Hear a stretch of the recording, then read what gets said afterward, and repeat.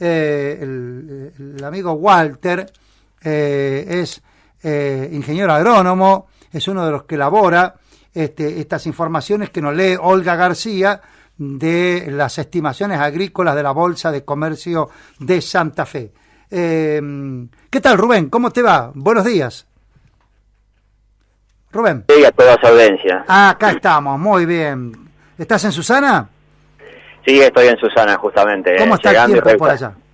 Y está totalmente cubierto el cielo y ciertos nubarrones, viendo los pronósticos que se empiezan a cumplir de acuerdo a lo que ya se anunció, ¿no? Se está complicando el tema cosecha y el devenir de la siembra de trigo con todo esto, ¿no?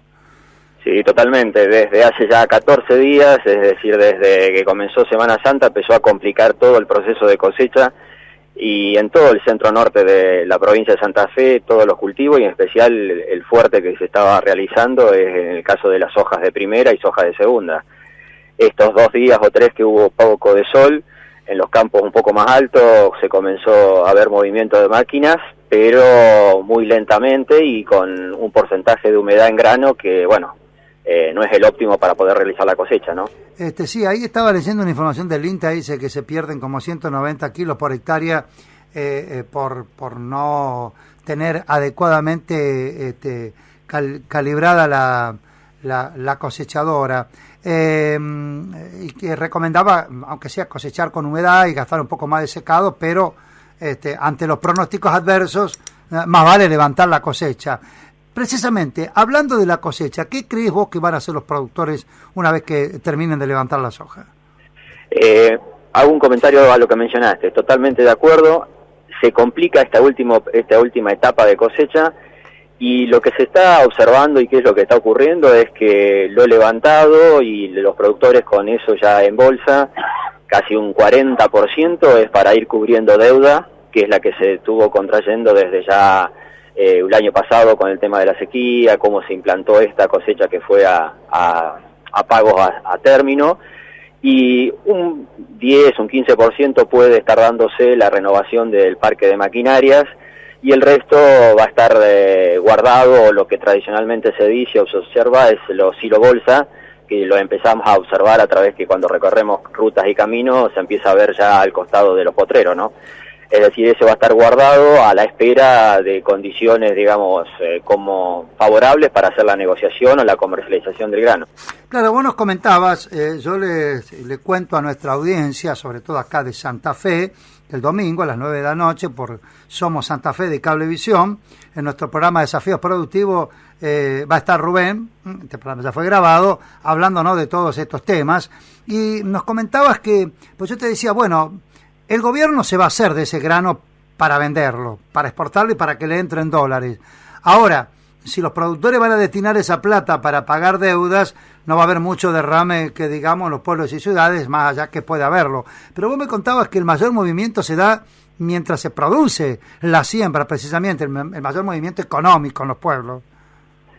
Sí, particularmente se nota justamente cuando es el movimiento de siembra y de la cosecha, donde vos ves que el que tiene el transporte, el que tiene el movimiento de las máquinas, el tractor, se mueve justamente en todo el área de influencia, porque se hacen kilómetros, para comer, las casillas y la proveeduría tiene que estar al día a día, porque esas 2 semanas, esos 15 días, esos 2 meses de cosecha es donde muestra el movimiento, el cambio de un repuesto que se ha roto, el arreglo de neumáticos si se llegaron a pinchar. Bueno, se nota todo ese movimiento, son en esos periodos de cosecha o cuando comienza la siembra. Luego el otro, que es la comercialización gruesa, que es donde comienza a sacarse lo que está en silo bolsa, es un proceso lento, es decir, no se da, y no el derrame como mencionás, no se da así de golpe y que se reproduce rápidamente. Es un proceso lento en que va cada productor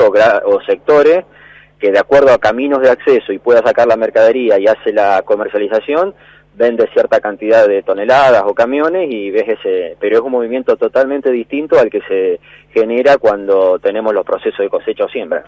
Bueno, te cuento que en Entre Ríos se cosechó este año el doble de maíz que el año pasado, dijo la Bolsa de Cereales de Entre Ríos. Fue la mayor producción en los lotes de primera en 2 décadas. Muy buena noticia para todos los que viven allí en Entre Ríos. Y acá en Santa Fe, ¿cómo anduvo el tema de la cosecha de maíz? Por supuesto, los tamberos lo usan después para picarlo y alimentar su hacienda, ¿no? Sí, bueno, el maíz de primera, a diferencia de lo que fue 3, 4 años que venía siempre muy bien desde la siembra y después cuando comenzaba el desarrollo de la espiga llenado de grano siempre faltaba unos milímetros o llovía demasiado.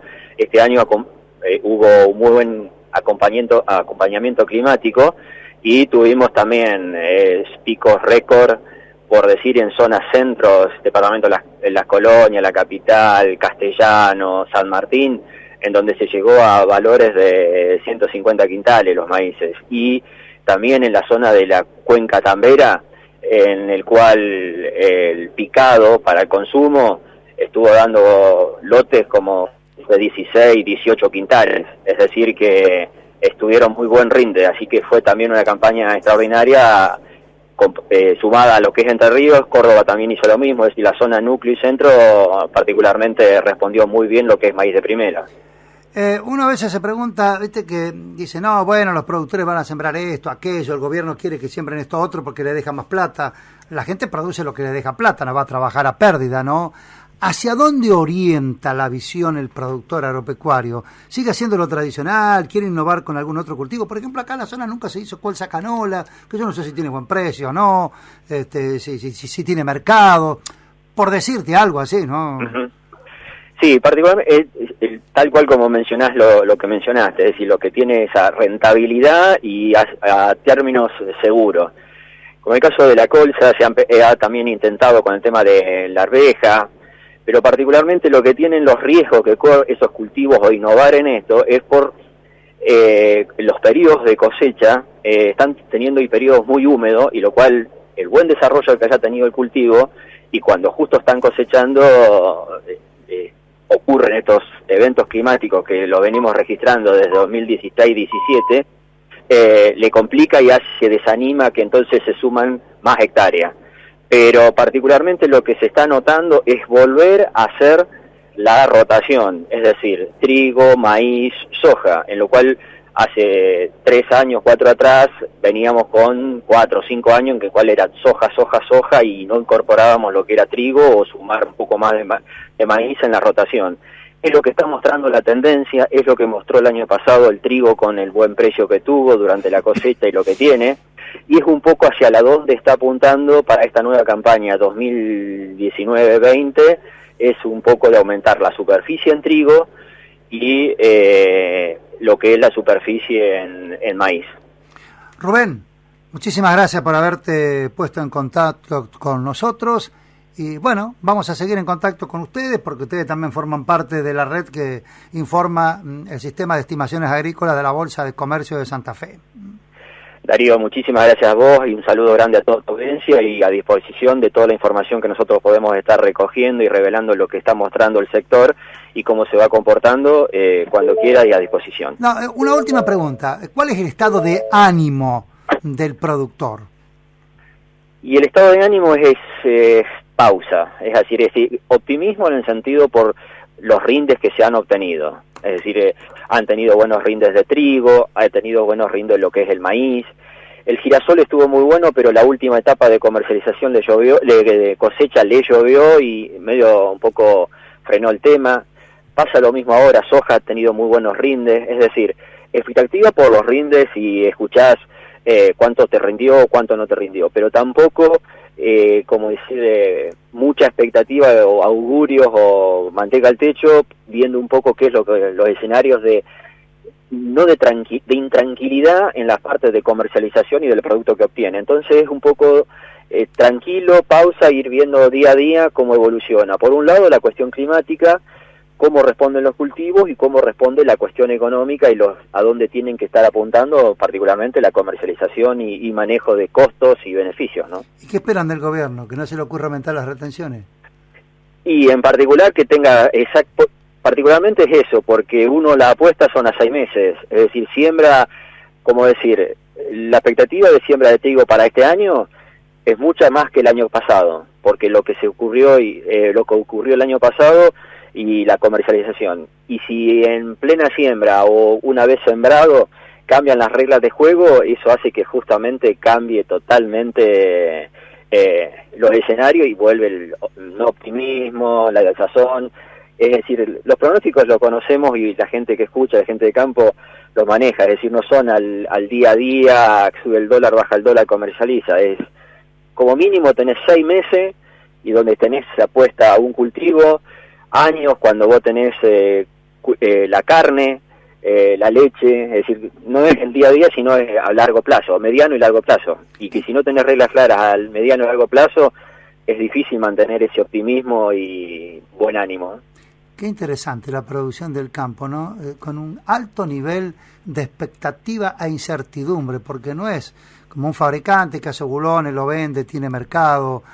Acá lo que vos sembraste hoy, tenés que esperar 6 meses para levantarlo, y en esos 6 meses puede pasar cualquier cosa en lo climático, pero también, más allá de lo que los mercados siempre fueron volátiles, aún más ahora, el humor del gobierno, ¿no es cierto? Totalmente de acuerdo, y esas reglas, por más que nosotros y tenemos los asesores, los vamos viendo, y entonces empieza lo que es la especulación, y es lo que yo te mencionaba al comienzo de qué es lo que va a hacer. Tenés la alternativa, lo que es en un cultivo de soja, los silobolsas, es decir, es una forma, es una moneda de cambio que en lugar de invertir en dólares o en líquido o las distintas alternativas que te da el mercado, la estás teniendo y estás guardando por el hecho que ese valor comercial se actualiza en dólares.